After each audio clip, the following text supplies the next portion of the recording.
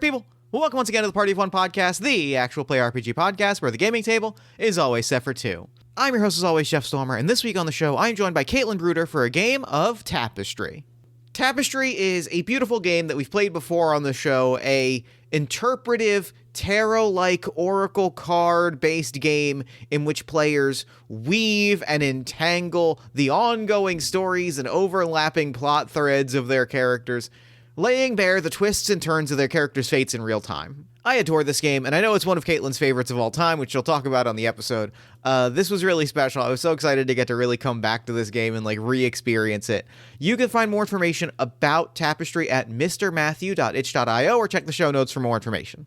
Kaitlin is a fellow artist who wears many hats. She is a producer, streamer, artist, designer, podcaster. She is one of the creators of Thin Places Radio, a short-form fiction podcast in the shape of a radio show from nowhere, in which the host comes through the airwaves with insights from strange places and responds to real voicemails from actual callers with supernaturally sentimental anecdotes and advice. She has also been a part of a tremendous number of actual play productions, including my favorite actual play, or one of my favorite actual plays of all time, The Cases of Costa Vega, an episodic beach mystery actual play, and you know how much I love a beach mystery. You can find all of Kaitlin's work at bruderkaitlin.com or check the show notes for more information. Before we dive in, a special shout out to our newest Patreon backer, Mel E. Patreon backers get access to bonus material like Batman Bump in the Night, Party of 1+1, which is our spotlight on sequel games and returning guests, Party of None, which is our spotlight on solo RPGs, and any and all other crazy projects that I work on in a given week. You can find more information about that at patreon.com/JeffStormer. And with all that said, let's go ahead and throw it over to me in the past so that he can get started with the show. Take it past me. Thanks, future me. I am, lyrics, episodes I'm excited about, and then there are episodes I'm overjoyed about, and then I just get to sit down with, a dear good friend and, hang out for an hour, and those are the ones that I maybe look forward to the most. I'm sitting down with Kaitlin Bruder. Kaitlin, thanks so much for coming on Party of One. Thank you for having me. I've been so excited to come do this. Oh, This is the dream. This is what it's all like. So much of the show is just giving me an excuse to chill with my homies, and that's where the magic happens. Yeah. That's the secret sauce of the show. Before we get into our game this week, which I know we are both chomping at the bit excited about. I'm so excited. Why don't you take a moment to let our lovely listeners at home know about anything you've got going on that you might want them to know about? Hi, I'm Kaitlin Bruder, as previously introduced. I am an artist, designer, podcaster, sound designer, face painter, player of games, maker of things, instigator, enabler, everything that kind of feels fun in the moment. I just kind of do a lot of freelance stuff. But you might know me from the actual play group Streampunks. I'm a player on a bunch of their different games. I did the cover art for Mall Kids. I produce and edit the podcast Thin Places Radio, which is our weird little collaborative audio drama that's sort of like if the Dear Abby column became a haunted radio show that was only 10 minutes long. The award-winning podcast, I should say. The multi-award-winning podcast Thin Places Radio. Available wherever your pods are casted. Or you might know me from my Geoguessr streams, if you're freaky, I guess. That's, my newest endeavor this year. I would like to shout out how much I love the Geoguessr streams, truly and legitimately. I'm so glad. I need to shout them out as a source of real magic in this world. So much fun. But it's super, sorry, it's literally tomorrow as of recording this. I am helping out with a project that is premiering. It is a show we've been working on with some of my darlingest, dearest friends called the Tonight is a Night Show, which is going to be like a once-a-month-ish thing on the Deluxe Video Drift channel. It's like a weird little variety talk show about art and community and earnestness and silliness. Very whimsical. I'm so excited about it. And Rebecca Sugar is our first guest in our first episode, so everybody should definitely check it out. The VODs will be going up on the YouTube channel, but it'll be live for us in this present day tomorrow. When I've said this before during episodes, one of the unique highlights of doing what I do for as long as I've done it is that periodically I get to hear about the sickest shit in the world live on mic for the first time. Be I get introduced to a lot of these things for the first time as I'm hearing people plug recording. them. And I bring that up. I think it's worth to bring that up to say, what the holy fuck? It's you know what? Sometimes you find yourself in the strangest scenarios in this dear, beautiful life we all share on this earth. And I also don't know how I got here, but you know what? I'm riding the wave, you know? That rips so hard. As somebody with a deeply, I think I would say like a deeply healthy and normal relationship to like late night variety shows. They fill and occupy like a normal amount of my life and my brain space at all times. Like, you could not be speaking more my language if you tried. I'll send you links. You have to come check. Please, come check out the please premiere. do. Yay. Please do. I need to experience this live. Fuck. Great. Speaking of cool shit, we are gonna play a game today. Talk to me about. So I will throw this to you and say, like, talk to our audience about what we're playing, but also talk to me about when we first started talking about this episode. This was the game that you said like, you were the most excited about. So talk to me about the game as well as your relationship to it. Okay, so we are going to be playing Tapestry, which is a Mint Tin game. I believe you've played it before, because Yes. I don't say I believe because I know I've listened to it because it's a great game, and I tell Matthew Gravelin is the person who wrote it and made it. I tell him all the time that this is, to me, the best storytelling game ever made, and I am not exaggerating when I believe that with my whole chest. It is one of the coolest games I think I've ever played, but it is a Mint Tin game. So the whole game fits inside of a Mint Tin. I believe it was originally made for a like Make 100 challenge, so like only 100 were produced at the time, and it all had to fit inside the Mint Tin. And so there's got these little cards. They're about domino sized, and a bunch of little like the little wooden tokens. And you kind of, as the name insinuates, you weave a story together. It is like genre agnostic. It is story like it is agnostic to the fullest extent. It is all interpretation. It almost feels like tarot sometimes. It's got a very tarot energy. It's got a very, like, it's in that tarot kind of spindle wheel interpretive card space. Like it, and that I think is part of what makes it so magical to me is, I was talking about this recently with some friends of like a big part of what draws me to games, you know, as somebody that has been a professional like writer in a business capacity and has written a lot in my life in general, like, the thing that draws me to games is the act of interpretation more than anything. It is the act of like, I am looking at some, you know, meaning, like some object without meaning, whether it is a phrase, a card draw, a dice result, and I am interpreting meaning from that. And like that to me is the thing that is so exciting. And this embodies that to such a thorough degree. It is so open-ended. And I know that like a lot of games are like setting forward, and I think that's why this one is such an interesting and unique, and two, kind of a hard sell for some people, because you have to like, people who like play like whatever Dungeons and Dragons or Star Trek Adventures, like they're playing it for the setting, like for the fantasy of it all, for the like setup universe, and you have to like, you start with absolutely nothing in this game, and to me that's so magical. But I know that that's a little like, that can be really overwhelming for some people. But I find it, I don't know, it's such a liberating game. Every single story I have ever like played with this game has been not at all what I expected. And one of the most like it becomes like beautiful and heart-wrenching and funny and weird. Like I've played like a space age like revolution next to a dying star, and I introduced some of my high school friends to RPGs with this game by playing a Twilight game. Like we played our own Twilight. Like you can, it is the ways you can use this game are just incredible. It's magnificent. It really is a kind of magic. I'm so well, normally I ask what you're excited about, but I think that answers that question pretty beautifully. You did ask my connection to the game, and my connection to the game is that Matthew Gravelin, who wrote the game, is one of my dearest friends. As I said, I bother him all the time about how good I think this game is. But we met because we worked on, we met prior to working on Mall Kids, but through games, and that was the first thing we worked on together. And this game was actually edited also by one of my good friends, John Boyle, and then all the art was done by another one of my good friends, Alex Perkins. So like this game great. Is so special to me, and just like by everybody who made it. I actually have my copy right here, and I have. I want to see it. Hold on. I have my playtest copy. Yes, I helped playtest this game, so I have the way before it existed, and then the like fully produced one. Yeah, and they are my prized possessions. That fills me with joy. I am so excited. So really to start, I think that the thing that the next thing to discuss is like, what's been on your mind lately in terms of like stories? What's been getting the wheels turning? Where are you at? What's got you excited? And what kind of a story do we want to unfold today?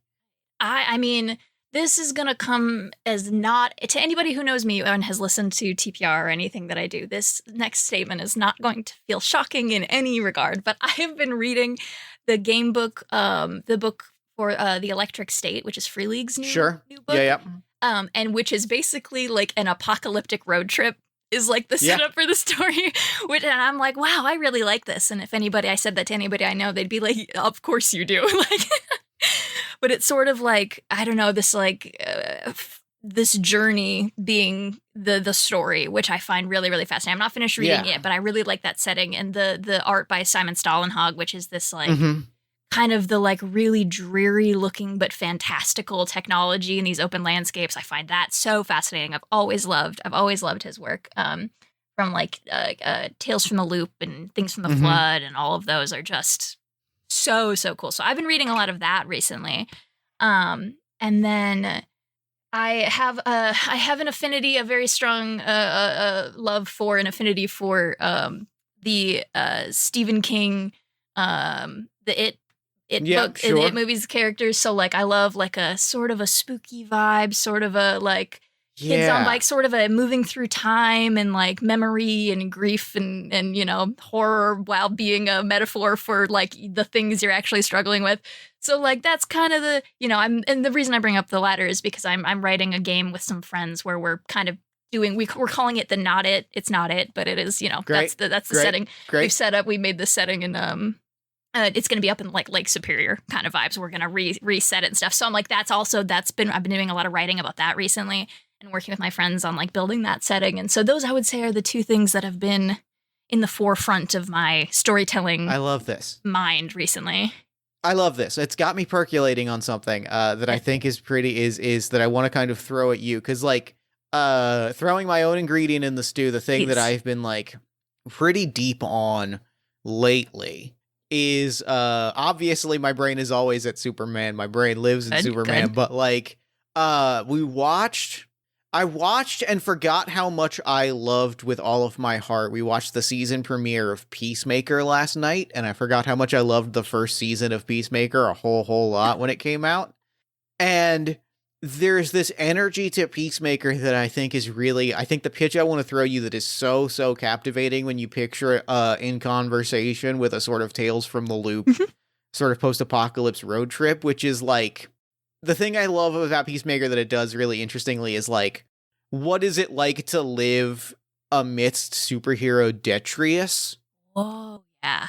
And like the pitch that I give you, and we can kind of, there's a big decision to go with this, but like characters on a road trip journey in a either superhero or post-superhero world is the thing I want to throw at you. Like the post the calamity, like the end game of this world kind of thing. Like, where all of the kind of like all of the detritus, all of the weirdness lingers, all of the parallel universes and the robots and the technology and all of these things like linger, but we're just some guys on the road. Like there's something captivating about this idea that like the world has been made weirder. Yeah. And life persists. Yeah. We have somewhere to go. We have someone to see or to meet on the other side of the, you know, on the other side of the country on this road trip. And all this stuff is just like, I don't have time for this. Like you guys are making this harder. Like I need to go visit my uncle in like New Hampshire or whatever. Like I love this angle of like the age of the superhero has ended, right? Like it is the end game has occurred, the crisis on Infinite Earths has happened, and like all that's left is sort of the scars and the bits and pieces, but it's this like picture of a world that was weird once. Yeah. Great. It's settling. Fuck yeah. I like that. I think that I would love to leave it up in the air, like maybe like even like what's, I guess like what in the simplest terms do you envision as like, I think we are two characters in a car. Yeah. driving towards something. Do you have an idea of what that is, or do we want to leave that like fully vague for the time being? I kind of like having a thing to grasp towards and like be like, here's how we relate to the thing. Yeah, and then we can kind of like build up, dramatic irony around it or whatever. Yeah. I would love it if it's like so mundane, like it is such a mundane thing that the thing I said was like, we're gonna go visit our uncle in New Hampshire. Mm-hmm. Like there's someone that we need to we're bringing something to, like a family member or someone important to us we haven't seen. We're like, we do this road trip every summer. Doesn't matter that the scars are, there's like craters in the middle of Wyoming. Like, we're gonna make this trip anyways because we always do. Where my brain immediately like latches onto, I love the sentence like, we'd make this trip every summer and we're making it now regardless, is like maybe to give us like a jumping off point. What if we're siblings visiting our parents? I love it. Oh, okay. I had a vision very suddenly. Hit me. This is maybe a no-go, which is fine if not, but I can almost see this being siblings going to visit a parent or something or a family member who has since passed amidst this like all of the chaos and the violence, but we're making this trip anyways because we always do, even though the world is what it is. They're not there anymore, but we're gonna go do it anyways. Well, can I escalate that? I think the natural escalation, and again, if this is a no-go, it's a no-go. The natural escalation from that, we are going to like a family destination to scatter some ashes. Yes. Yes. That feels like the very natural like end point of all of these back and forth is like, we had a family member pass in the crisis, in the whatever. And they took us on this trip. Yeah. Every year we went to the same destination, and we can kind of like riff as we get to know the characters about like what destination is like our destination. But like, we went to that destination every year, and like, we're going back this year, even if it's just the two of us, we're going back. Yeah. Okay, I would love, and we can discuss this as we build characters, but it would almost be interesting. It doesn't have to be a complete polar opposites, but it could be having one sort of be like, we're doing this, and the other one being like, what's the point, kind of a thing, like having something to play with, and we can see what the cards pull and how we feel about that, but that could be kind of an interesting dynamic to play with. I played this game very, very fast and loose, like as far as like I sometimes don't even play it first person, which is, I love a first person game. This game I love to play third person.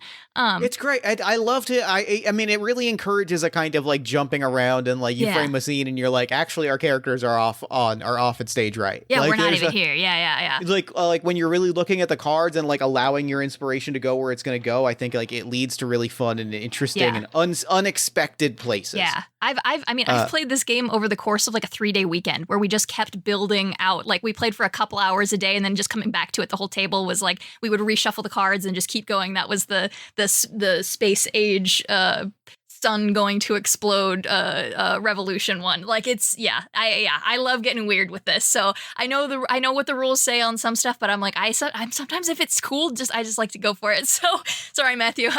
And Matthew would love it. Matthew would love it that I like to screw with this game. How I yearn for a 3-day mega game that just goes on and on. I yearn. Oh my God. Okay, next time we go to the Webfest, we'll do a 3-day. I'm so excited. Evenings we'll play. Yes. We'll add some more to it. Yes, absolutely. Okay, so I've dealt us both 5 cards. Amazing.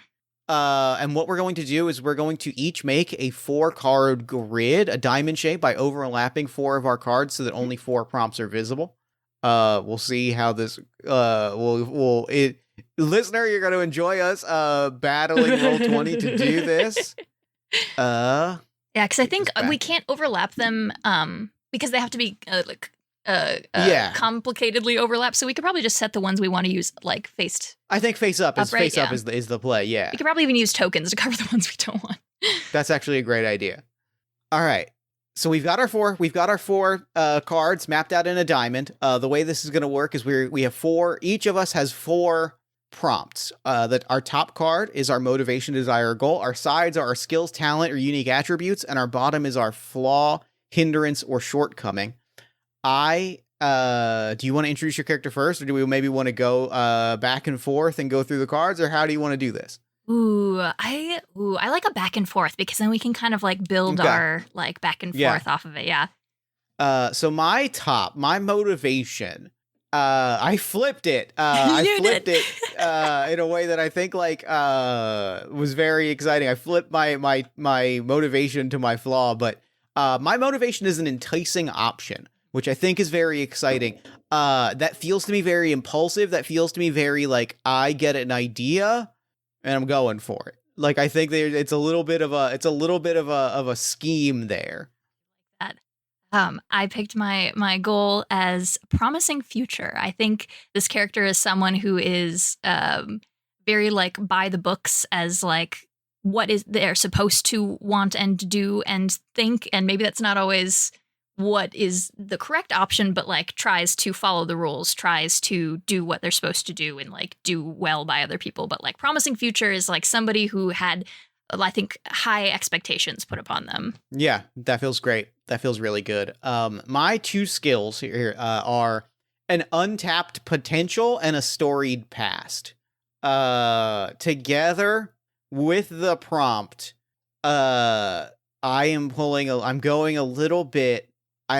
It feels I have to go with it. I've got to go with what the cards have laid out in front of me and say that like at some point in my life, in my younger years, in my teenage years, there is like a mask and a costume somewhere in my house, and I have not talked about it in some years. Like that was a part of my life that I have left behind. I don't know if there are powers attached to that or if it's truly just I am just a guy now, but like together those things of like a storied past and untapped potential this is someone that was formerly wearing a mask. Yeah. Ooh, I love that. Oh man. Okay. My two skills or attributes are helping hand and playful gesture. And I think playing off of the top card, I think that this is someone who wants to help, wants to make things good and right, and like wants to fix everything. But in a world such as we live in now and such as we are playing in here in the story, that's not always possible. But I think tries to keep things light, tries to keep things, good for the people around them, and like tries to, ease any things that are uncomfortable or not smooth. And I think is good at it to an extent, but I think doesn't always take care of themselves, maybe. Is sort of like, pouring it all into this other facets so that maybe they don't have to think about something else that's troubling them, I love that. I really, that's fantastic. That's got the juice. Love repression, it's great. My flaw, my hindrance, my shortcoming.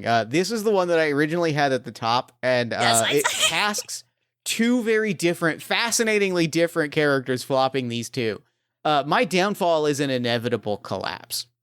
I think there is a degree of, almost when I start, like, it feels, there's two angles, and I want to throw it to you and say, like, what do you feel like is the more captivating? There's kind of two angles to run with. One is it more captivating if it is kind of a like I get into a scheme, I get an idea, I run at that idea, and then like it's inevitably going to fall apart because I haven't put any like work or thought into it? Or is it that I think that the thing will fail, like that the inevitable collapse is just in my head, whether due to trauma, circumstance, or any other thing, and that like I kind of sabotage perception of an inevitable failure. Whoa. Dang. Oh, man. Oh, I guess that totally changes the character, the level of self-confidence and stuff. Or I guess it could still be you have this impulsiveness and like, know-how about you, but it's this secret fear of failure, this like, I'm going to do all of my stuff even though I'm not going to make it kind of a thing. Oh my gosh. I don't even know. Do you have a preference? Like, are you leaning towards either of them?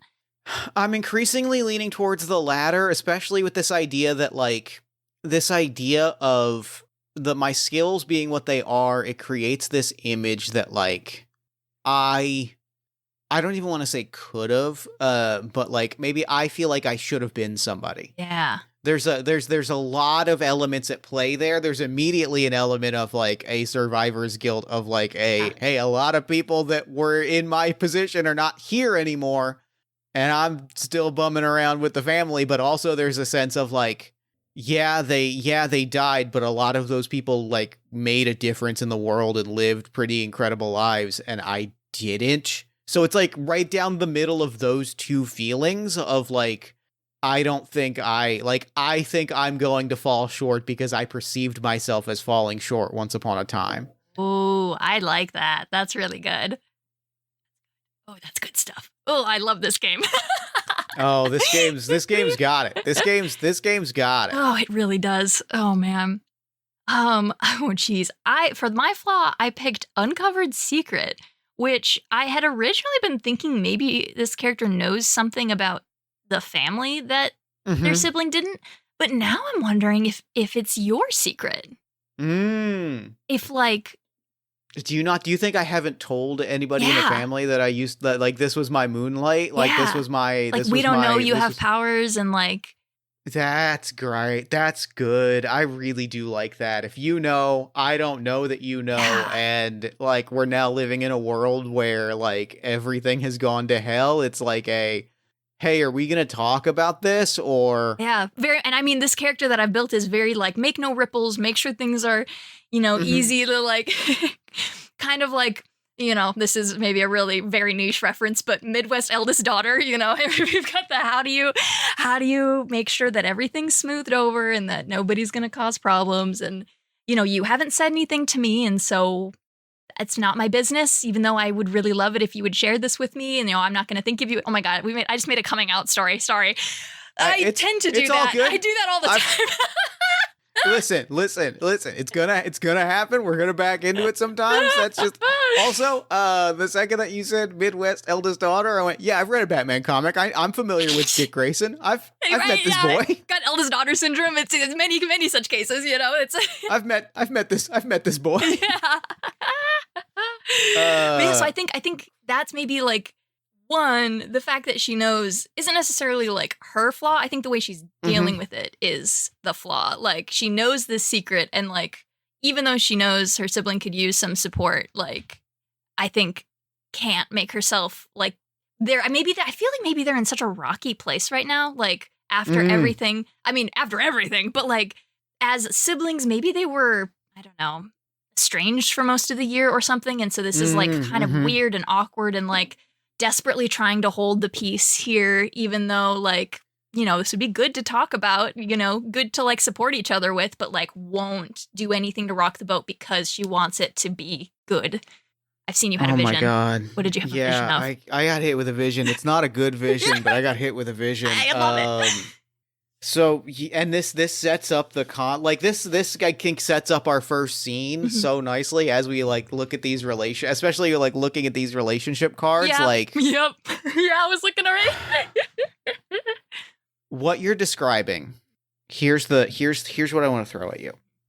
Obviously, things have been chaotic for the last year. Things exploded, right? Like, a rift in space opened, and all of the various superhero things that could have happened, villain leagues and hero sacrifices and, like, robots and all of the weird things kind of exploded and got hot like, everything went hot at once. Yeah. And it's been about a year of, like, crisis after crisis after crisis after crisis. And, like, now we're in the aftermath of that. We are collectively, as a society, like, picking up the pieces.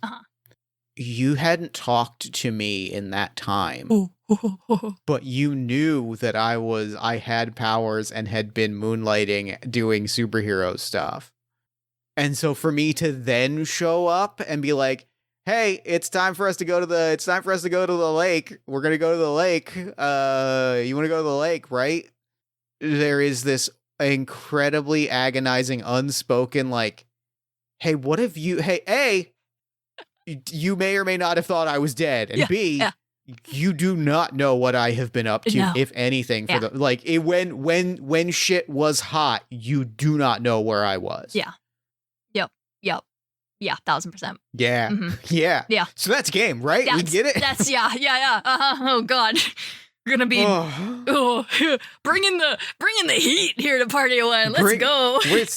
Do not holding back, which is great. And now we get to talk about our relationship to one another.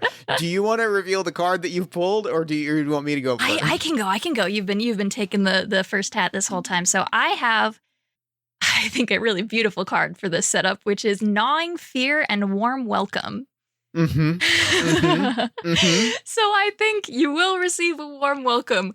I think she has been terrified for you, and is still terrified. I think because, maybe these two were very close once upon a time, even if, the calamity at all, kept them apart. I think she can still read your character, and like can see that inevitable collapse card, like, as you perceive it, and is like worried about, how you take care of yourself, and like, do you have, maybe a little dark, do you have intentions to stick around, like, is with everything that happened, like, I think she can see how it's weighing on you, and I think it terrifies her. That's so goddamn good. I really like this because I've got pleasing aroma, unwanted advice. This idea that, like, there's a and I think, like, what is so compelling to me about the phrase unwanted advice of what we laid out is, like, it's very sibling. Yes. It's very, and, like, pleasing aroma is so, like, suburban or homey. Yeah. That, like, it's very, like, it almost says that, like, I am annoyed that, like, I'm like, there's a degree of, like, I'm shutting you out and, like, not listening to the advice that you're giving and kind of brushing it off with, like, I'm fine. I'm good. Yeah. I'm fine. I'm really focused on getting to the lake. Like, I'm good. I don't know what you're talking about. Like, which, like, the existential horror of this happening, all of these things happening, and then, like, a loved one showing back up and just being like, I'm good. I things are good. No worries. It's all fine. It's all fine and normal. And nothing's ever been bad ever. Let's not talk about it. Like, oh boy. Yeah. Oh yeah. boy. Yeah. I love it. Let's go. Do. All right. So we can keep these cards here, or we can redraw them. I'm going to leave mine laid out because I want to get as many cards as possible. Yeah. And now we're going to, like, probably briefly play out 3 acts. We went pretty deep on building characters, so we might just do 1 act. We might do all 3. We'll kind of see, or we might speed run them. Yeah, we'll just see what happens. I mean, like I said, I play so fast and loose with this game. So, like, if we want to play it, so, like, 1 arm is 1 act, 1 arm is another act, 1 arm is the 3rd act, and then the 4th arm is flashbacks, like, that could be a cool way to play this. That might be great. We'll play it by ear. Yeah. I've dealt us both 5 cards. Amazing. We're each going to choose 1 card to create a stitch. We'll lay those out, describe, and that'll kind of set the start of the act. Yes. Okay, I'm gonna pull my character cards down to the bottom right. Actually, also a great idea. And also, I'm going to shrink my character cards. There we go. There we go. Okay. I'm going to look at my cards. Yeah, that feels real good. That feels real good. All right, I know the one I'm pulling on.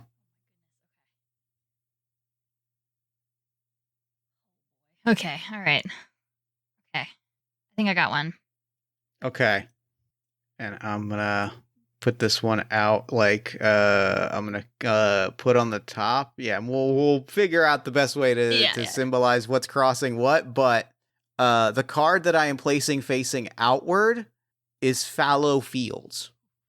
I think setting the start of, like, Act 1 as we're seeing I want to kind of see what the world looks like by being in the car and seeing, like, the evidence of something in that very, Tales from the Loop, like, seeing the robot husk. Like, I want that to be where we're kicking off.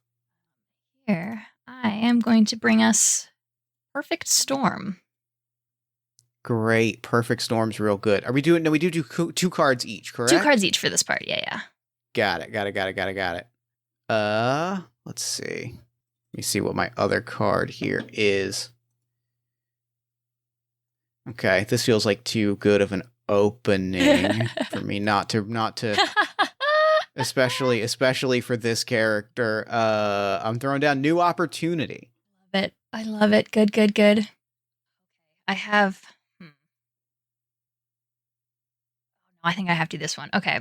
And then actually I think this one works with a center too, to be the centerpiece.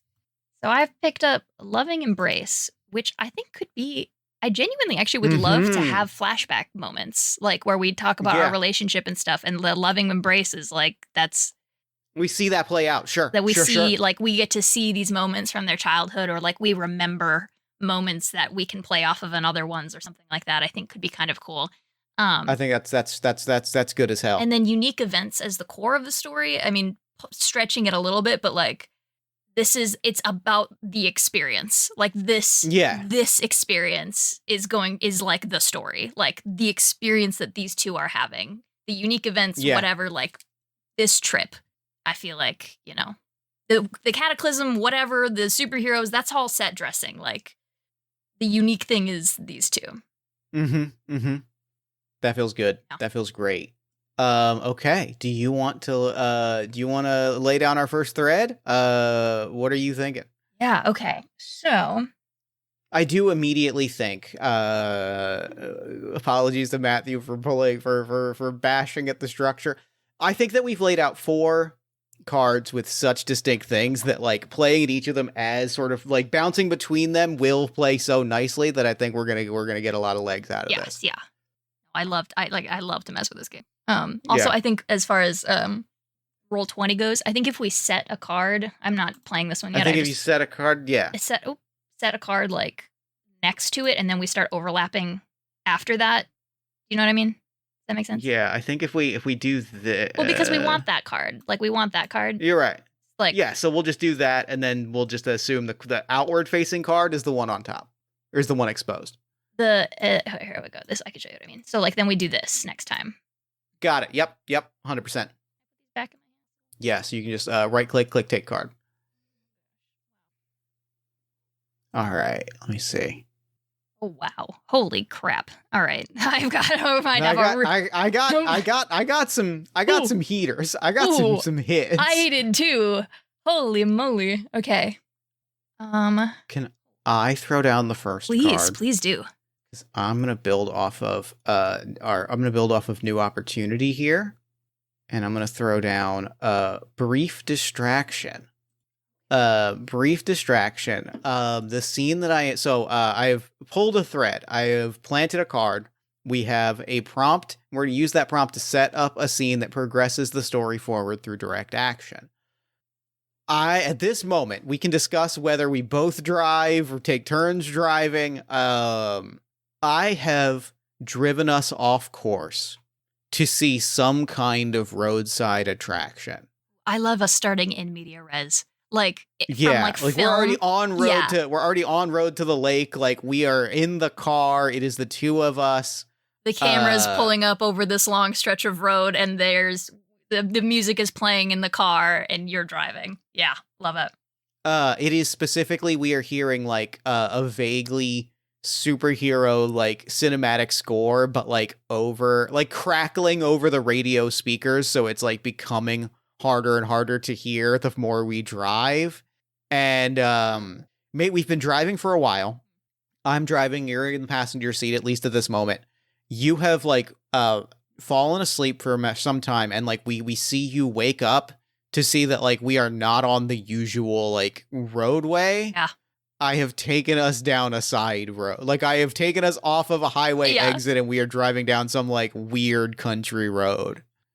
Yeah. I think she wakes up and it will definitely, and is like, first notices the static of the radio, thumps it a couple times, maybe it clears up and resolves into like from that overture into it actually wasn't an overture, it was actually a pop song playing. Like, oh, okay. Like it like thumps it a couple of times. Yeah. And then notices that we are no longer on the interstate. And I think asks you what happened. Like I think like doesn't and I don't think he answers at first. I think that like he's just kind of driving and like he's just sort of like watching the road and is not necessarily like actively ignoring, but is clearly like in the zone of like we're on like has not registered that he has like broken the plan. Yeah, You know what I mean? yeah. Like was so on the assumption that you would have been down for where we're going that he's just all right. It doesn't even register the question right away. Like, what happened? Yeah. It's fine, obviously. Yeah. Yeah, it's fine. It's all good. I love, what is this? So we've pulled off the interstate, kind of country roads, side roads.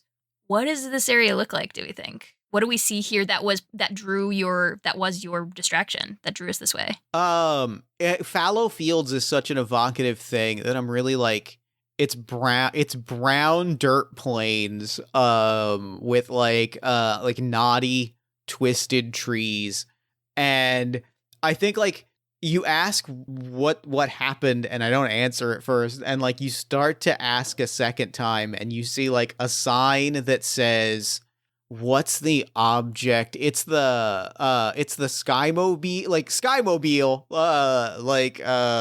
come see the Skymobile in person, 3 miles. Man, I would have thought you'd gone for the biggest ball of twine. My brain immediately was like, what's the equivalent of the big ball of twine? But like in our in this like world. there's time for us to find out what the superhero equivalent of the twine ball is. We can get there. We'll get there. Funny. The Skymobile, the Sky Car, in 3 miles.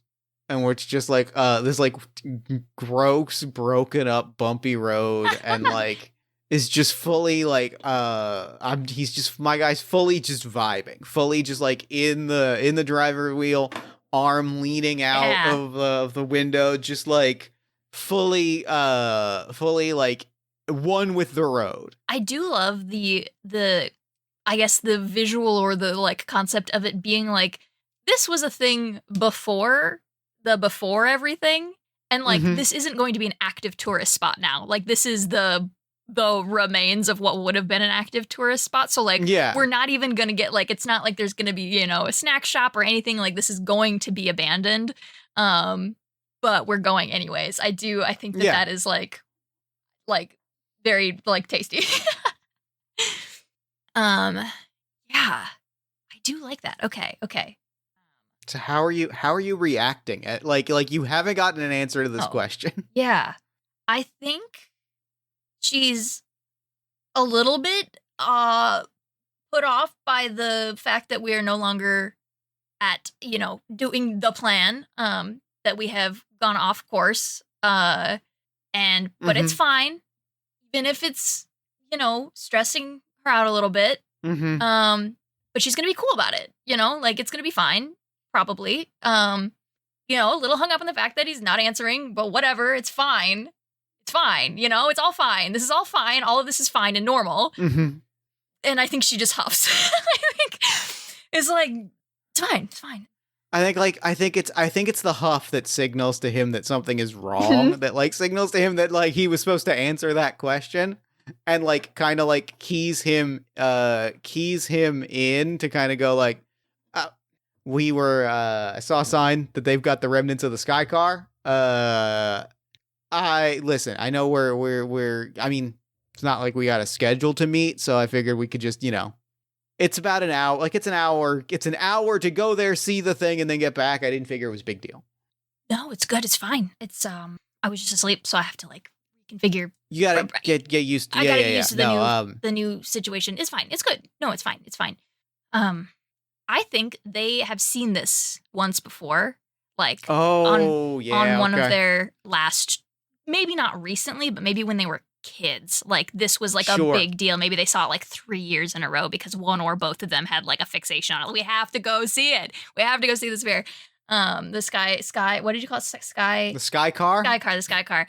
We have to go see it. And so I think we've seen it a couple times, but it's been a long time. And so I think part of the reaction is off what I was expecting, and also emotional connotations to the last time we would have been here. It would have been different. It would have been with our uncle, our dad, Uncle, Dad. Any of those feel good. Let's go uncle. Uncle feels good. Yeah, with our uncle. I also, just because it hasn't been noted yet, I actually am completely obsessed with none of these characters having names. That feels good. That feels really good. None of them. Yeah, nobody has. We do not name anyone. That feels great. I do have a card that I would like to play. Put it down.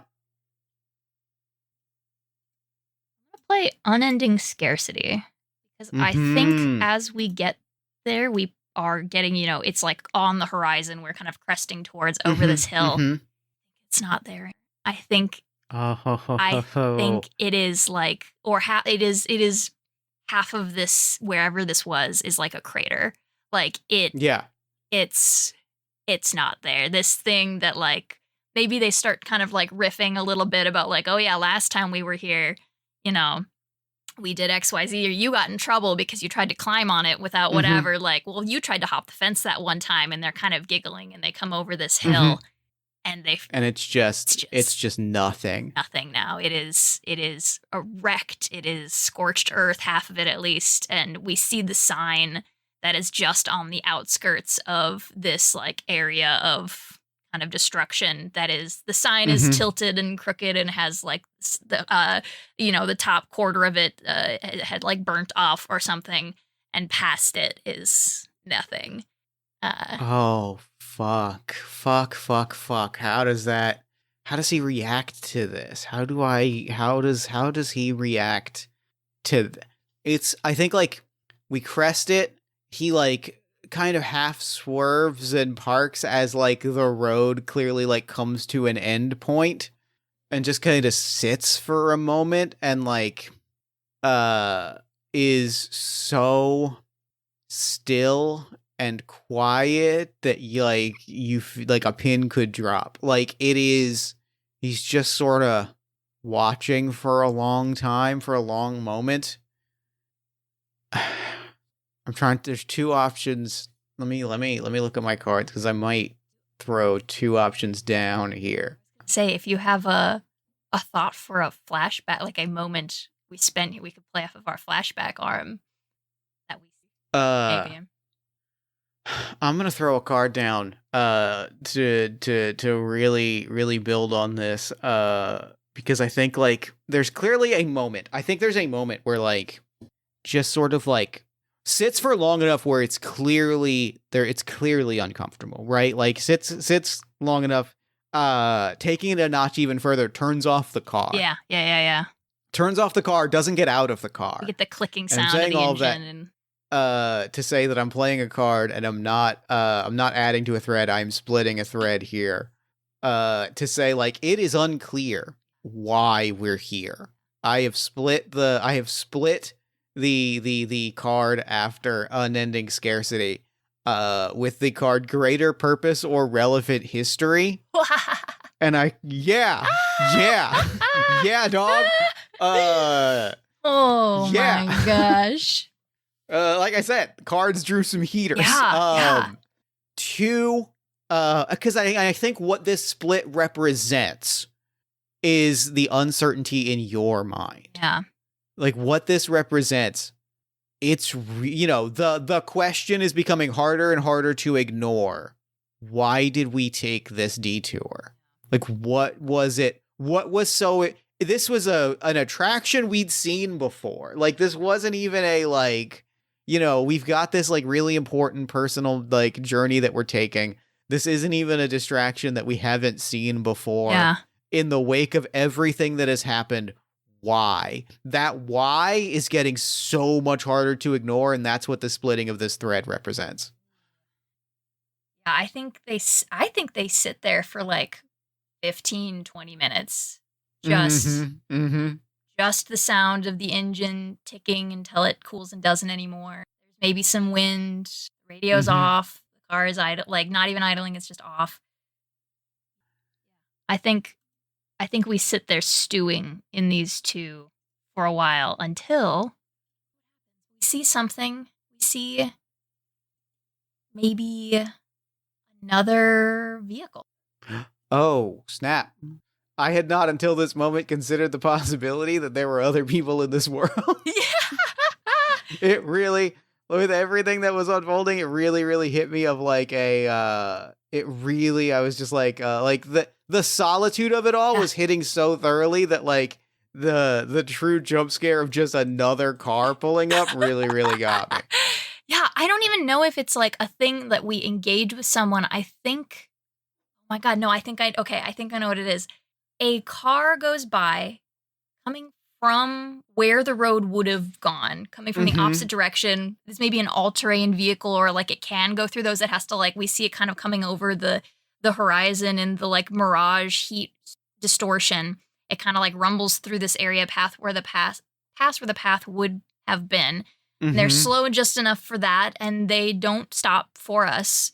But I think the vehicle, maybe, I mean, I doubt it's advertising on purpose. Maybe it's a stolen vehicle or just like what they have. But the back of this truck, maybe U-Haul style, has like another attraction that's like a state away that we've also seen before. That's but really it's been good. A long That's time. really very good. And maybe I really like that. Maybe there is a greater purpose here, and it's okay if you can't go back to childhood, but it's also okay if you want to try. And like maybe there's this moment of like silence in the car after it passes, where both of them clearly see it pass, and then maybe they just laugh. Like it's let's see, what is it? It is an advertisement for a roadside, like, sculpture of an alien somewhere in the desert that has a cafe under it that is all alien themed. And it boasts the coffee that's out of this world or whatever. Like, and it's a place we'd been to once before and hated the food so much that we never went back. But seeing it would have been the next stop after this. Oh, buddy. Oh, buddy. Oh, I'm looking at the card that I'm putting down here. We're gonna send this to the back. We're gonna build off of this. I think what happens here. There's clearly this clarifies things in a way that is heartbreaking and real captivating. We see this advertisement, and like there's this moment where you register like we were there once before, just like we saw the sky car once upon a time. We saw the alien structure, and I start the car. It starts to feel like, you know, we start to follow the path that would take us towards this big alien sculpture and the cute little cafe out in the desert. And I take a hard exit right back onto the highway. And there is like a clear, I think like a clear mood shift of like something about this alien or this structure or this like, there is clearly something about this that has spun up the card that I have put down, the prompt I've put down of lingering grudge. Like a clear resentment. I've turned up the radio a little bit to get out of my own head. There's like a clear, and like I'm driving just a little faster than I was when you woke up. Like, there's like, I'm no longer like vibing. I've no longer got one arm out the wheel, like out the window, like both. I am at 10 and 2. There's a clear, unavoidable sense that something about that alien has pissed me the hell off in a way that it did not when we were kids. Okay. I would like you to expand upon that. Yeah, let's do it. I would like messy outcome. I'm going to play that on our memories tab. I would like to know what happened. Would like to know what happened in the meantime, like between then and now. Mm-hmm. Mm-hmm. Mm-hmm. What has happened is oh, here it is. Okay, yep, I keyed in on it. Oh, this color, like, this is great because we've left all of these blank spaces, and every time one of them gets filled in a little bit, like, it really sends me spiraling a little bit. We are driving, and like we zoom in on the like ad for that diner, right? We zoom in on I'm just slapping this here and then sending this. We zoom in on this diner, right? And like, as we zoom in on this alien in this diner, we flash back to a scene where you were not, but like we the viewer see it, of a different diner where this alien is like this alien is sitting. It is the same alien from the statue is sitting and has a giant blue bowl with several like gelatinous cubes floating in it. And like sitting across from him is my character, and we're both like sitting together, and I've got a cup of coffee in my hand, and like you can see from the coffee, you can see like the ripples that the cup is shaking. Or more accurately, my hands holding the handle of the cup are shaking. And we just get this like brief conversation of like, you don't have to go. Like we could just leave. Like, you don't have to. We could just go. We could go together. You don't have to. And we kind of hear back in that alien tone, like, of course I have to. If I don't make me say it. You know I have to. But also you could come with. And there's like this like clear lingering moment of an impasse between these two. And like there is next to the cubes in the blue bowl, like there is also simultaneously a half-finished plate of French fries with a little ketchup directly in between them that they've clearly both been snacking on, like just to signal that intimacy a little bit. Like, there is clearly this impasse of us like both sitting and grappling with this idea of like, do you have to go? Like, you know what's going to happen if you show up. You know what you're staring down and what will occur if you're there. And also you know what's going to happen if you're not. And we just kind of let that linger. And then we come back to the car. And like it's you can see it's white knuckles on the wheel. It's a single tear is starting to form, and it's a, hey, if we don't talk about something about this, like, it's going to explode. I think I have to play on my likes to smooth it all over and won't bring it up kind of repression mode, which I think it's quiet in the car for a while. And I think with the intent of letting you process on your own, but maybe not exactly the most helpful thing in the moment, she lets you. And I think she does reach over and turn on the radio very quietly. It's, it comes in static again. She has to thump it one more time, and then it comes in clear. But it's just something quiet, something, maybe more instrumental. We've got a 99.5 up here that only plays instrumental music kind of thing. Like, she lets it be. I do think we both should be drawing it back up to 5, by the way. Yeah, let's draw back up to 5. I think that's a good call. I know that we've kind of set aside the act structure, but drawing up to 5 feels good.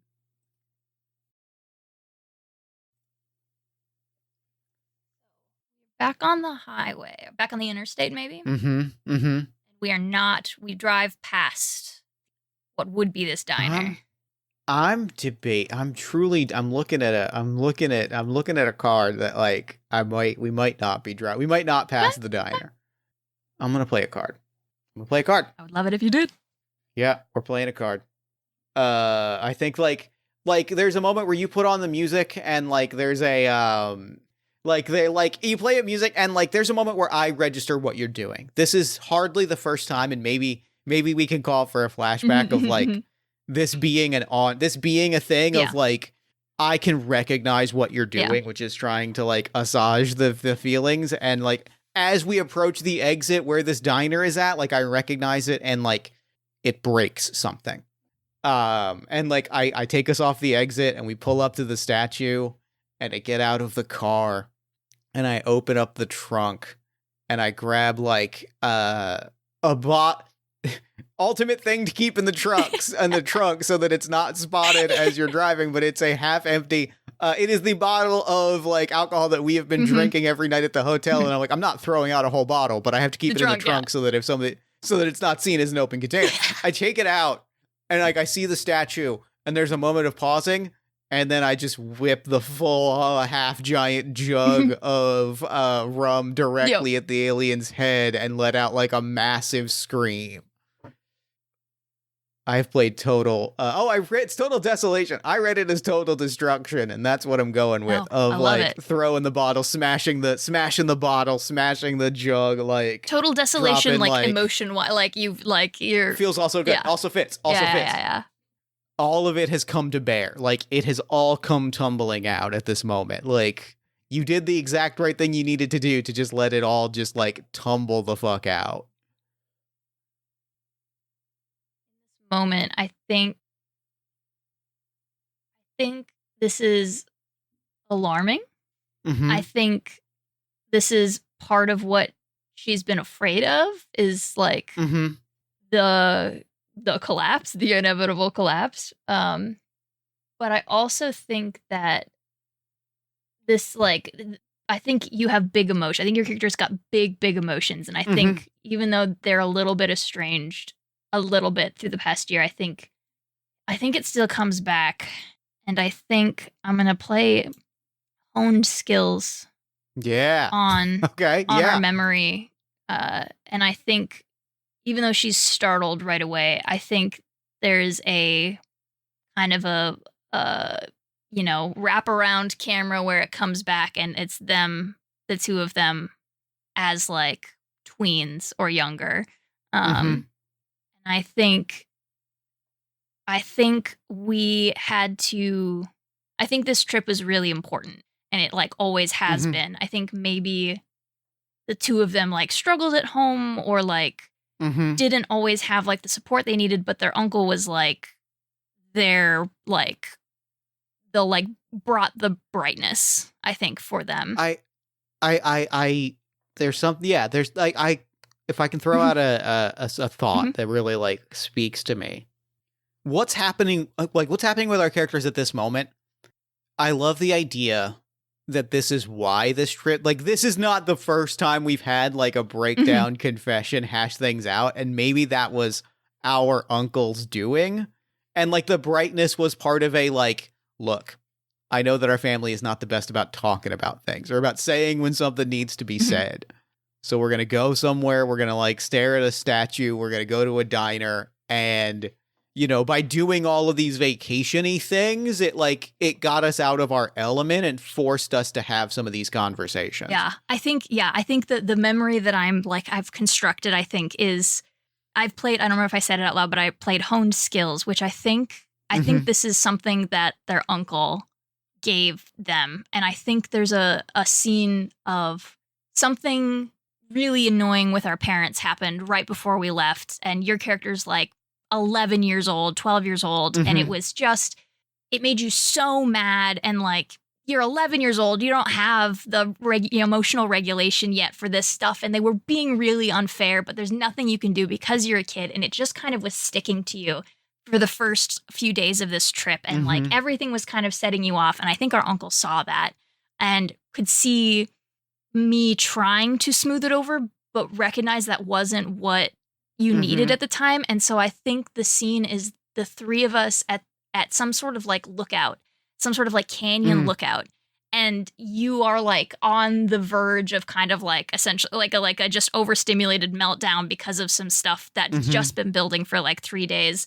And our uncle starts yelling, but not at us, just out into the canyon, just full chested, ah, and like it's shocking to both of us. And he's like, well, don't make me do this by myself, come on, and like pulls you up and gets you to yell, and you're yelling with him, and they're just yelling into the canyon, and it's echoing back, and it like kind of makes you laugh, and I'm kind of not really sure what to do because we're in a public place and we're being really loud right now, and I don't really know, there are other people here. And he finally tugs me up and gets me to yell into the canyon, and all three of us are giggling and yelling, and it like is that emotional release that we needed. And I think she has this memory, and she flashes back to it, and the camera wraps back around, and it's the two of us in front of the statue.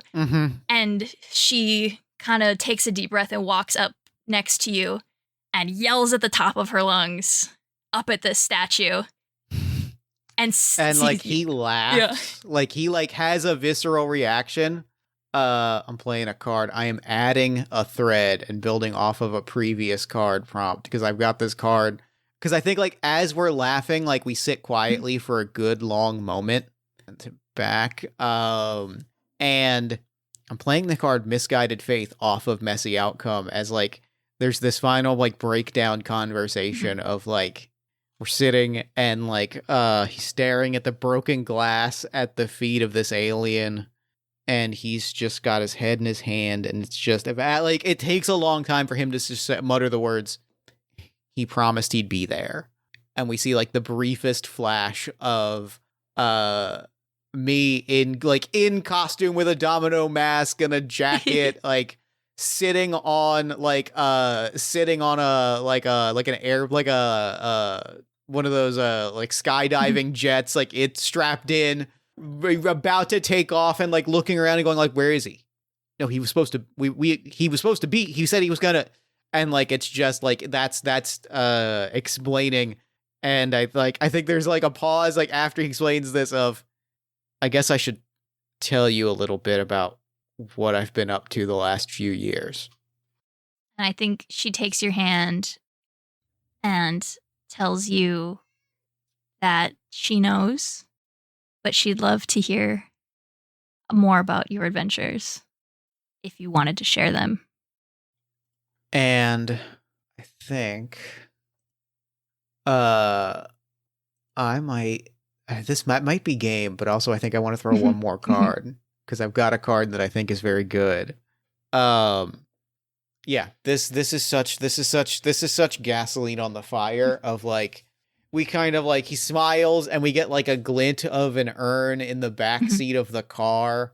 And at that moment, playing it off of Perfect Storm, playing Arresting Event, just to throw in the maximum cliffhanger, like there are suddenly flashing blue lights, and like he starts to be like, I'll tell you all about, and like then there are flashing blue lights coming from the sky, and he goes like grim faced, and he's like, we got to get in the car, we got to get to the lake, we should go now. Okay, we should go now. All right, then I will drop for you. Quick decision. It's an easy one because I trust my brother. We go.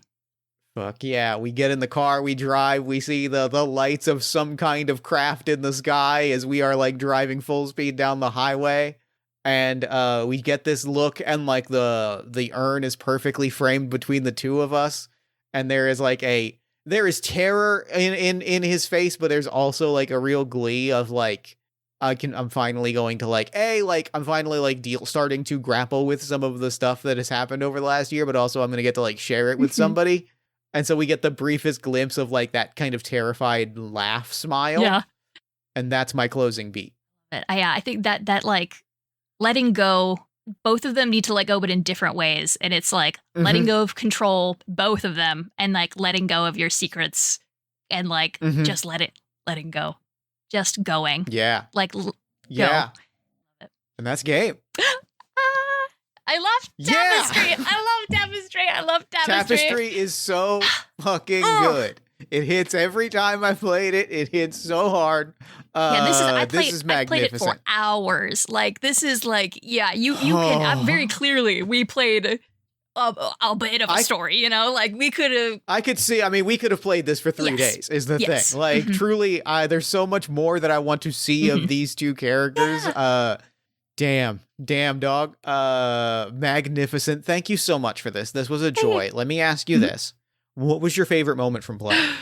Oh my gosh. I mean, I'm such a sucker for character and world building. So like setting up our initial, diamonds of our character traits and stuff, and then setting up the central themes of like how we want it to go. I love that stuff. But I do have to say, I think my favorite card that you played was the greater purpose and relevant history, making that a splitting that thread and making us decide. I was so on board with that. And I do think that my favorite card I played was Hone Skills was that flashback. That was great. Yeah. That was probably my favorite card that you played. That was the one that really hit. Favorite card that I played was probably like once I had laid down Messy Outcome and you had laid down Hone Skills, and I looked back at my deck or looked back at my hand and saw Misguided Faith, and I was like, oh, what if it directly inverts? Like, if that inversion was so exciting to me, of we set up the conversation that these two lovers are clearly like debating, hey, do we go fight this doomed battle or not? And then inverting it of the person that said we should go didn't go. Mm-hmm. I was like, that's got such, that layers in that hurt so much that like it complicates the survivor's guilt so much that I was like, this is where I could go for 3 days. Oh, it's good. I love this game. Games are good is the thing. Games are good. Games are so good. This was magnificent. Thank you so much for this. Thank you. I'm positively beaming. Before we wrap up, where can people find you and your work online? So mainly I am hanging out on Blue Sky, Bruder Kaitlin, BruderKaitlin. Same for most places now. And I'm streaming regularly on Twitch, playing GeoGuessr, twitch.tv/KAMABR. And then you can listen to my podcast, Then Places Radio, wherever your fine pods are casted. It is a delight to make, and I believe also to listen to. As previously stated, it is a multi-award winning podcast. So you should give it a chance. You should give it a shot. I think it's such a fun, weird project. So, otherwise, I'm around. I'm playing games and making games a little bit, designing stuff, living the dream. Things, like painting faces, playing GeoGuessr. What more do you need? You know? Yeah, I'm around. Living the dream. Well, this has been magnificent. Thank you so much. I'm beaming. And now I'm going to throw it over to me in the future so that he can wrap up with the show. Take it, future me. Thanks, past me. And thanks to Kaitlin for coming onto the show. One of the distinctest joys of making this show, one of the greatest pieces of doing this podcast over the last 10 years, has been getting to like sit down with my dearest friends and tell a story and hang out and imagine for a while. And this was everything that I could hope for. This was the epitome of a great party of one episode. This was a wonderful experience that I am absolutely beaming about. I'm completely overjoyed. Be sure to head to mrmatthew.itch.io to pick up your own copy of Tapestry. Be sure to head to bruderkaitlin.com to check out everything that Kaitlin has going on. And be sure to follow Kaitlin on social media at BruderKaitlin. You can also find us on pretty much whichever social media you prefer, at Party of One Pod or Jeff Stormer, depending. And if you enjoy the show and you want to support it, there's a lot of different ways you can do that. Subscribe to our newsletter at buttondown.email/partyofonepodcast and join our Discord community at bit.ly/partyofonediscord. You can support us financially at patreon.com/JeffStormer or Ko-fi.com/JeffStormer. You can give us a nice iTunes review, shout us out to a friend, give us some love on social media. You can buy some Party of One merch at bit.ly/partyofonemerch. Or if you're looking for more great podcast content, you can check out All My Fantasy Children, which is a character creation, storytelling, and world building podcast that I make with my best friend in the world, Aaron Catano Saez. We take a listener submitted prompt and spin it into an original fantasy character, populating a shared universe one story at a time.